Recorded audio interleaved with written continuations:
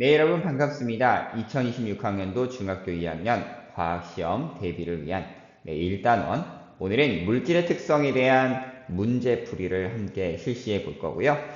전체적인 내용 정리와 더불어서 이 단원에서의 문제들 풀어갈 때 우리가 중요하게 생각해야 될 부분들은 무엇인지, 또 놓치면 안 되는 그런 부분들은 어떤 것들이 있는지, 그에 대한 내용들을 함께 살펴볼 수 있도록 하겠습니다. 그럼 함께 출발해 보도록 할게요. 네, 첫 번째 문제는 순물질과 혼합물의 특징에 대한 것을 물어보고 있는 그런 문제예요. 자, 우리가 그러면 여기에서 순물질과 혼합물이란 무엇인지 그걸 좀 생각을 해봐야겠죠. 순물질이라고 하는 건 한 종류의 물질로 되어 있는 것, 그래서 이제 호돈소 물질이나 화합물을 얘기하는 건데, 물질의 고유한 특성을 가지고 있다라는 거 우리 이미 살펴보았고요. 혼합물 같은 경우는 두 종류의 순물질이 서로 섞여 있는 것으로서 성분 물질의 성질은 그대로 가지고 있죠. 하지만 섞여 있다 보니까 뭐 끓는 점이나 녹는 점, 밀도나 여러 가지 부분들이 섞여 있는 비율에 따라서 좀 달라질 수 있다라는 게 바로 혼합물이었습니다. 그런데 우리 한번 3번 보기를 볼까요? 두 액체 혼합물의 가열 곡선에서는 수평인 부분이 나타나지 않는다라고 했는데, 액체 혼합물의 경우에는 서로 섞여 있을 때 두 물질의 끓는 점이 서로 다르다면 어떻게 되겠어요? 한 물질이 끓어 나오고 나서 끓는 점이 도달을 해서 한 물질이 분리가 된 후에 그 다음 다시 또 온도가 올라간 다음 또 다른 물질이 분리가 되는 형태로 그런 그래프가 나타나게 됩니다. 그래서 두 액체 혼합물의 가열 곡선에서는 액체 물질의 끓는 점에 따라 끓는 점이 낮은 액체가 먼저 상태 변화가 일어나게 되고요. 그래서 수평인 부분이 따로 나타나게 됩니다. 그래서 예를 들어 에탄올과 물에 혼합물이 있다라고 할 때 에탄올이 아무래도 끓는 점이 낮다 보니까 먼저 이제 약 78도 정도 되거든요. 이 시기에 온도가 일정하게 유지가 되면서 수평한 부분이 나타나고요. 이때는 먼저 에탄올이 분리가 된 이후에 그다음 100도씨에 도달을 하게 되면은 그때는 또 물이 끓어오르고 이런 형태가 나타나는 것을 볼 수 있습니다. 다른 보기를 좀 살펴보자면 혼합물은 각 성분 물질의 혼합 비율에 따라 밀도, 녹점, 끓는 점이 달라질 수 있다는 것. 그리고 순물질은 같은 조건일 때 물질의 양에 상관없이 녹는 점, 끓는 점, 밀도가 일정하므로 이것이 바로 물질을 구별하는 물질의 특성이 될 수 있다라는 걸 말씀을 드렸습니다. 자, 그래서 정답은 3번이 되겠죠. 자, 다음 보기의 물질들을 분류해봐라 라고 하는 내용인데요. 보기에 보면 바닷물, 암석, 구리, 사이다, 금, 흙탕물 등등등이 있어요. 이걸 이제 바르게 분류해봐라. 그러면 순물질과 혼합물을 분리하고, 그리고 그 혼합물 안에서도 균일 혼합물과 불균일 혼합물을 분리해 볼 수가 있겠죠. 그래서 분리를 해보면은 이렇게 순물질 같은 경우는 여기 있는 구리, 금, 산소 등이 있겠고, 혼합물 중에서는 이제 균일 혼합물로 이제 바닷물, 일정 성분비 법칙, 염분비 일정 법칙, 일정 성분비 법칙이 아니죠. 염분비 일정 법칙을 떠올리시면서 일정한 비율로 섞여 있었지 라는 걸 좀 떠올리시면 되겠고요. 그다음 여기 있는 사이다라든지 그리고 이제 공기 같은 경우는 균일하게 좀 섞여 있다. 그래서 균일 혼합물이라고 말씀드렸고요. 암석이나 흙탕물 그리고 이제 우유 이런 것들은 불균일 혼합물에 해당이 된다. 동전 같은 경우도 우리가 따져 본다면 동전은 이제 어디에 포함이 되겠어요? 여기 균일 혼합물에 포함이 될 수 있겠다라는 걸 우리가 알아볼 수가 있죠. 그럼 거기에 해당하는 건 무엇이다? 2번 순물질에는 구리와 산소, 그 다음에 균일 혼합물에는 사이다와 공기, 그리고 이제 불균일 혼합물에는 암석, 흙탕물, 우유 이런 것들이 있겠다 하는 걸 우리가 알아볼 수가 있습니다. 자, 다음 3번으로 가보죠. 순수한 물질의 녹는 점과 어는 점. 순수한 물질이라고 했으니까 이것은 순물질에 대한 내용이죠. 자, 순물질은 물질의 특성, 어떤 것들, 녹는 점, 끓는 점, 어는 점, 밀도, 그리고 용해도 이러한 것들이 조건이 같다면, 같은 조건일 때는 다 동일하다라고 말씀을 드렸습니다. 그래서 녹는 점이든 어느 점이든 뭐 양에 따라서 녹는 점에 도달하는 뭐 시간이나 그런 것들은 차이가 있을 수 있겠지만 중요한 건 뭐다? 항상 일정하다. 그래서 물질의 특성이 될 수 있다. 그럼 정답은 5번이 되겠다. 라는 걸 우리가 알 수가 있고요. 자, 다음은 용액에 대한 설명으로 옳지 않은 걸 한번 골라보라고 하고 있어요. 자, 용액이라고 하는 건 뭐예요? 용질과 무엇이 만나서 용매가 만나서 서로 고르게 섞여서 뭘 형성을 한다? 용액을 형성을 한다. 이런 내용들을 이제 우리가 알 수가 있고요. 뭐 배웠던 내용이니까.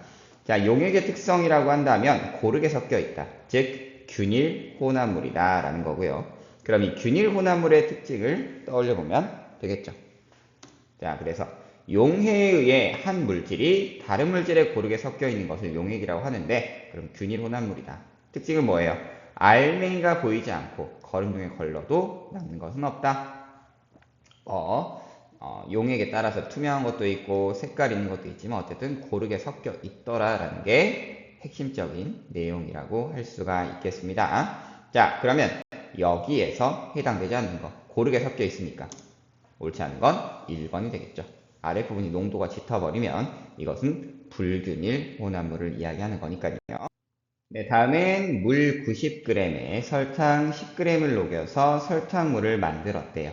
이 용액에 대한 설명으로 옳지 않은 걸 고르라고 했습니다. 자, 그러면 우리가 이제 용해에 대한 내용 한 번 더 정리해 보자면, 자, 용질이라고 하는 녹는 물질, 용매는 녹이는 물질, 용해라고 하는 건 이 용질과 용매가 섞이는 과정, 그래서 용액이 만들어진다라고 말씀을 드렸습니다.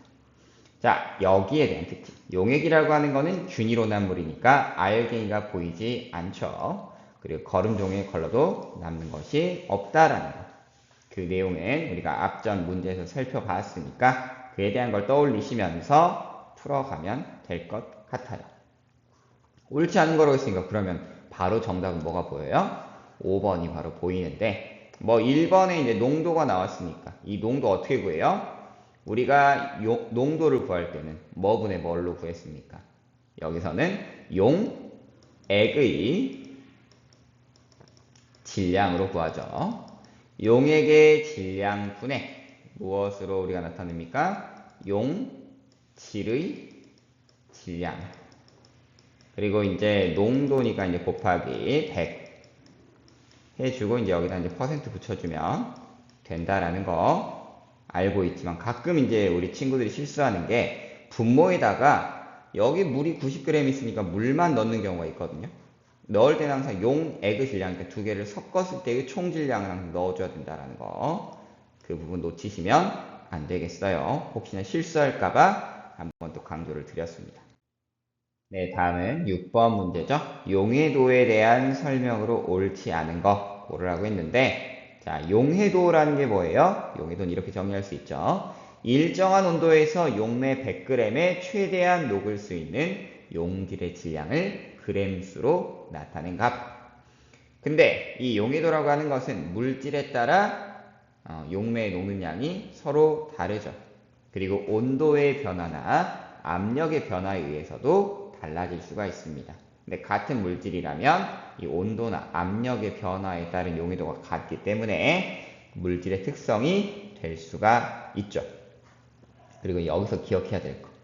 기체의 용해도의 경우, 기체는 온도가 올라가면 오히려 이 분자들의 운동이 더 활발해지죠. 그러다 보니 이 용매 안에 녹아있기보다는 밖으로 나가려고 합니다. 그래서 온도가 올라가면 오히려 용해도가 낮아지죠. 압력은 이제 누르는 힘이니까 나가지 못해서 압력이 증가하면 용해도도 증가하지만, 기체는 온도가 올라가면 오히려 용해도가 낮아진다라는 거. 그래서 우리가 탄산음료 같은 경우는 냉장고 안에 보관하는 게 더 김이 잘 유지가 되죠. 실온에 보관을 하면 김이 다 빠져나가서 되게 이제 탄산감을 많이 느낄 수가 없잖아요. 그런 일상생활에서의 모습들을 떠올려 보시면서 문제를 풀면 좋을 것 같습니다. 그럼 그에 해당하는 내용은 2번 기체 용해도라고 하는 건 온도가 높을수록 오히려 감소하죠. 그래서 옳지 않은 거 이렇게 찾아주시면 되겠고요. 자, 7번, 8번은 고체 물질의 용해도 곡선인데, 자, 물질마다 지금 용해도가 다 다른 것을 확인할 수 있습니다. 그래서 이 용해도라고 하는 게 물질의 특성이 된다라는 거, 그걸 떠올리시면서 문제를 풀어주시면 될 것 같아요. 자, 온도에 따른 용해도의 차이가 가장 큰 물질. 그럼 이걸 보려면 경사도를 보면 돼요. 온도에 따라서 어떤 물질의 용해도가 가장 많이 변하는지. 그래서 용해도 곡선의 기울기가 급할수록 온도에 따른 용해도 변화가 큽니다. 그럼 기울기가 가장 큰 걸 찾으면 되겠죠? 질산칼륨을 찾아주시면 되는 거고요. 자, 8번에서는 60도의 포화 용액을 40도씨로 냉각시켰어요. 그럼 60도에 있는 걸 40도로 냉각시키면, 자, 그때 석출되는 양이 가장 적으려면 용해도 곡선의 변화가 커야겠어요? 작아야겠어요? 작아야겠죠. 용해도 곡선의 기울기가 급할수록 온도에 따른 용해도 변화가 큰데, 그럼 여기서는 용해도 곡선의 변화가 가장 적은 것을 찾아주면 되는 거죠. 그럼 거기에 해당하는 물질은 뭐다? 자, 이렇게 4개 물질 중에 염화나트륨이 가장 작다라는 거 알 수 있습니다. 9번은 사이다 병에 마개를 따면 사이다 속에 기포가 많이 발생합니다. 자, 그럼 이거를 우리가 생각을 해보면 사이다 병이 있는데, 자, 이걸 따요. 원래 이 뚜껑이 있기 전에는 이 뚜껑에 의해서 내부에 있는 공기가 탈출할 수 있어요? 없어요? 없어요. 압력이 높았습니다. 근데 이걸 딱 따버리는 순간 어떻게 되겠어? 압력이 낮아지는 거지. 압력이 낮아지는 거죠. 그럼 압력이 낮아졌을 때 용해도는 어떻게 될 거냐? 그리고 기포라고 했으니까 이때는 뭐에 대한? 기체의 용해도에 대한 내용이다 라는 걸 알 수 있습니다. 자, 기체의 용해도는 온도가 낮을수록 압력이 높을수록 증가하는데, 사이다에는 이산화탄소 기체가 녹아있죠. 근데 마개를 따면 병 속의 압력이 낮아지면서 용해도가 감소하고 그걸 통해 기포가 발생한다라는 거. 그래서 해당되는 건 병 속의 압력이 낮아지면서 용해도가 감소한다라는 내용을 찾아주면 되는 거죠. 자, 다음 문제입니다. 자, 다음 표는 세 가지 액체 물질 A, B, C의 특성을 나타낸 건데, 이 세 가지 물질이 섞인 혼합물이 있대요. 지금 섞어놨죠. 그때 분리에 사용된 물질의 특성과 관련지어 분리하는 과정을 써볼 텐데, 제시된 건 녹는 점, 끓는 점, 밀도, 용해도 이렇게 네 가지를 주어줬고요. 섞여 있는 상태에서 그러면 어떻게 분리를 할 거냐? 그 특성을 보자면, 자, 먼저 이제 용해도부터 보니까 A와 C가 물과 잘 섞인대요. 근데 B는 물과 섞이지 않는데요. 아, 그럼 이걸 봤을 때 A, C는 서로 섞여 있고 B는 섞이지 않았겠네? 라는 걸 생각해 볼 수 있죠. 아, 그러면 뭘 이용해서? 보니까 또 밀도가 또 다 달라요. 특히 이제 B의 밀도가 큽니다. 아, 그럼 밀도 차이에 분리가 되겠구나. 그럼 첫 번째는 B를 먼저 뭘 가지고? 밀도의 특성을 가지고 분리하면 되겠네. 라는 걸 우리가 생각해 볼 수 있고요. 그 다음 A와 C는 서로 섞여 있으니까 어떻게 분리하지? 라고 봤더니 끓는 점이 또 다르네. 차이가 좀 있는 거 봐서는 둘을 끓이면 뭐가 먼저 분리가 되겠구나. A가 먼저 분리가 되고, 그러면 A가 분리되고 난 C도 이렇게 분리해낼 수 있겠구나 라는 걸 생각을 해볼 수 있다라는 겁니다. 그럼 이 과정을 순서대로 한번 나타내 본다면, 세 가지 액체가 섞인 혼합물을 분별 깔때기에 넣어주고, 그럼 밀도가 큰 B가 아래층으로, 밀도가 작은 A와 C는 위층으로 올라가겠죠? 꼭지를 열어서 아래쪽으로 나오는 B를 먼저 분리를 해주고요. 그 다음 A와 C의 혼합물을 분별 증류 장치에 넣고 가열을 하게 되면 A가 먼저 기화가 됩니다. 끌어나오게 되면 그걸 이제 분리해낼 수 있다. 그래서 A와 C를 마지막으로 분리해주면 되는 거죠. 그래서 B가 먼저 분리가 되고 A와 C가 그 다음 분리가 되는데, 자, B를 분리할 때는 밀도의 차이를 이용해서, A와 C를 분리할 때는 끓는 점의 차이를 이용해서 혼합물을 분리하는구나. 이 과정을 아시면 되겠습니다. 자, 다음 60도씨의 물 200g에 어떤 물질 250g을 녹였더니 2g이 녹지 않고 남아 있었대요. 자, 이 물질의 60도씨에서 용해도를 쓰라고 했는데, 자, 주목할 건 물이 200g이라는 거예요. 그리고 250g을 녹였는데 2g이 녹지 않고 남았어요. 그쵸? 자, 그러면 물 200g이 있는데 얼마가 녹은 거예요? 250에서 2g 빼면 248g이 남았구나. 우리가 그러면 이걸 용해도로 정리하려면 어떻게 해야 돼? 아, 그러면 물이 100g일 때는 얼마가 녹을까? 248이니까 124g이 녹았겠구나. 이렇게 생각을 해볼 수 있는 거죠. 우리가 용해도라고 하는 건 일정한 온도에서 용매 100g에 최대한 녹을 수 있는 용질의 질량을 g수로 나타낸 거잖아요.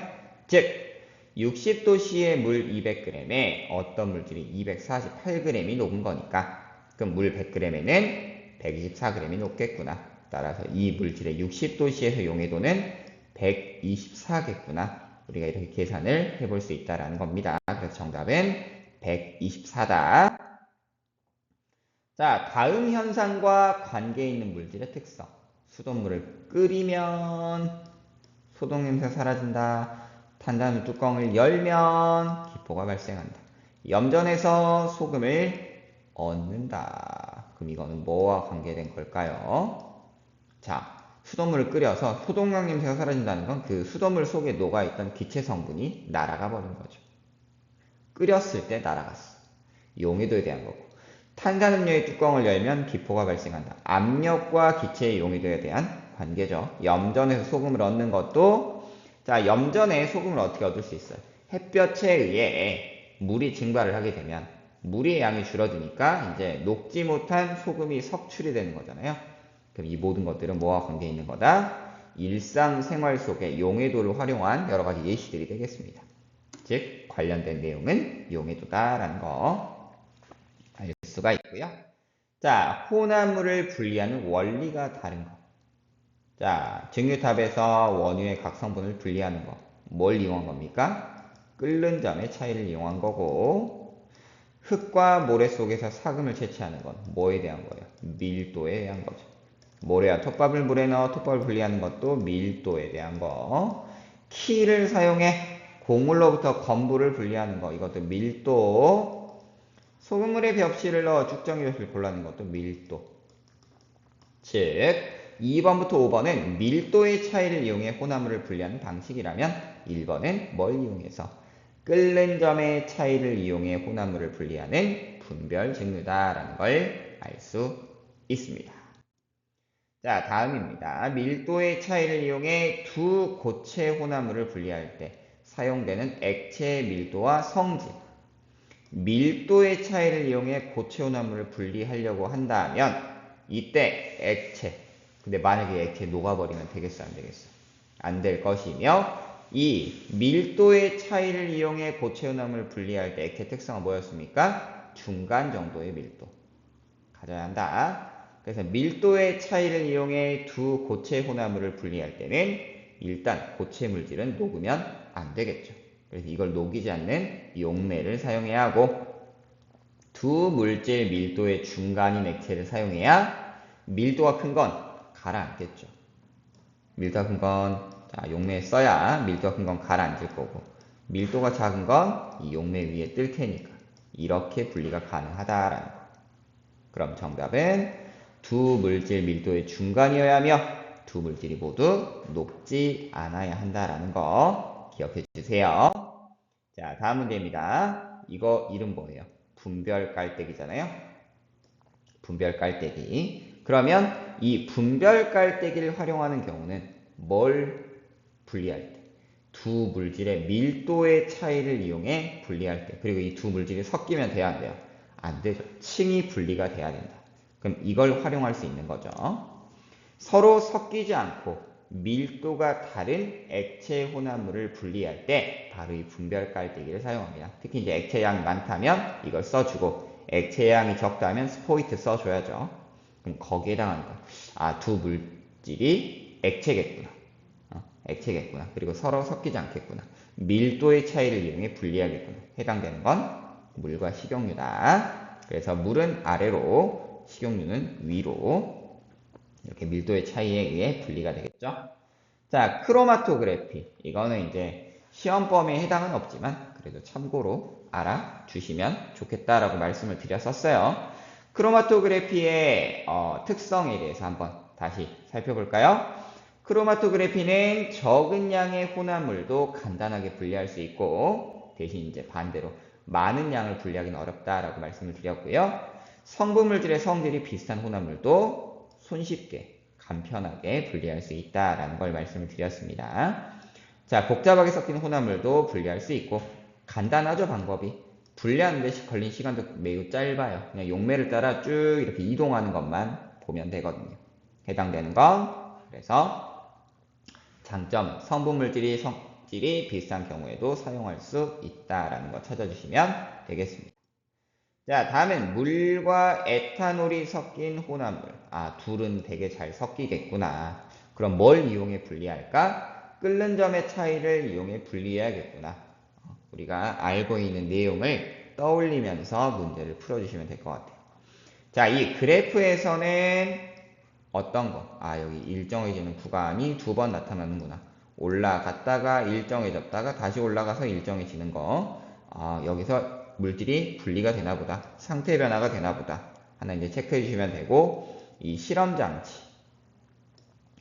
이 분별 증류를 하는 이 증류 장치에 대한 내용도 왜 찬물을 밑에서 위로 넣어주는지, 여기에 끓임 쪽은 왜 넣어주는지, 그 다음에 여기 왜 이렇게 냉각시켜주는지, 여기서 분리되는 물질은 끓는 점이 높은 물질인지 낮은 물질인지 이런 것들을 전반적으로 생각을 해 주셔야 됩니다.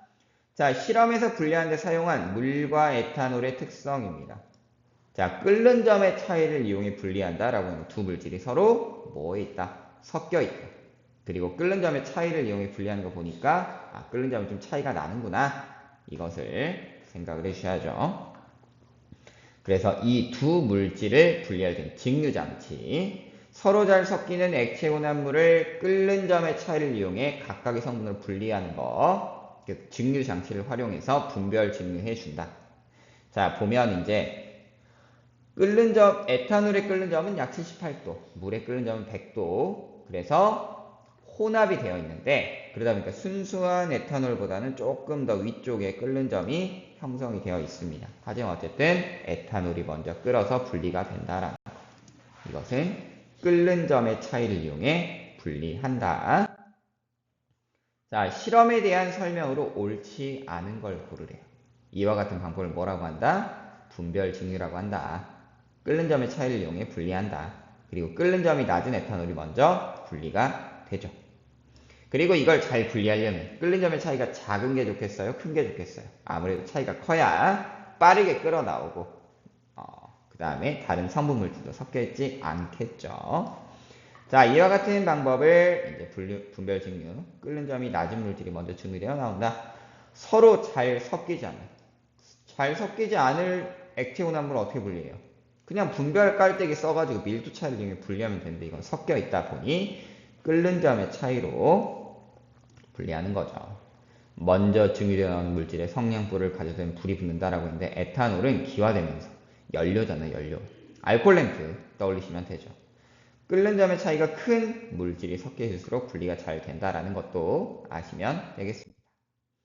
자, 에탄올이 주로 분리되어 나오는 구간. 끓는 점이 낮은 에탄올이 어떻게 된다? 조금 더 높은 쪽에서 먼저 분리되어 나오니까 이 경우에는 B 구간에서 에탄올이 액체에서 기체로 상태 변화가 되면서 기화열을 흡수하죠. 그래서 온도가 일정하게 유지되는 것. 그래서 이 일정하게 유지되는 이 구간에서 에탄올이 끓어 나오는구나 라는 걸 우리가 알 수 있습니다. 자, 실험 장치에 대해서 다시 이제 물어보고 있는데 이 증류 장치 이 내용을 알면 되겠죠? 자, 부분 포인트들. 끓임 쪽은 갑자기 끓어오는 걸 방지하기 위해서 넣어주는 거고 찬물이 아래쪽에서 위로 들어가는 건 냉각을 좀 더 원활하게 할 수 있도록 냉각기를 통과하면 액화될 수 있도록 그러니까 아래쪽이 좀 더 차갑고 위쪽으로 갈수록 이제 덜 차가우니까 이 장치에 대한 안전성도 좀 보장을 하면서 충분하게 냉각이 될 수 있도록, 그래서 기화된 액체가 냉각기를 통과하면서 액화가 되고, 끓임 쪽은 갑자기 끓어오는 것을 방지하고 온도계 밑부분에 가지가 달린 부분에 오도록 설치하고, 끓는 점이 낮은 기체. 정답은 4번이겠구나. 냉각수는 아래에서 위로 흘러나오게 한다. 장치에 대한 것도 꼭 잊으시면 안 돼요. 자, 물과 에탄올이 섞인 혼합물을 가열할 때 시간에 따른 온도 변화입니다. 일정한 구간이 지금 두 번 나타나는 거 봐서 이 T에서는 뭐가 분리되겠구나? 에탄올이 분리되겠구나. 앞선 문제에서도 우리가 살펴보았습니다.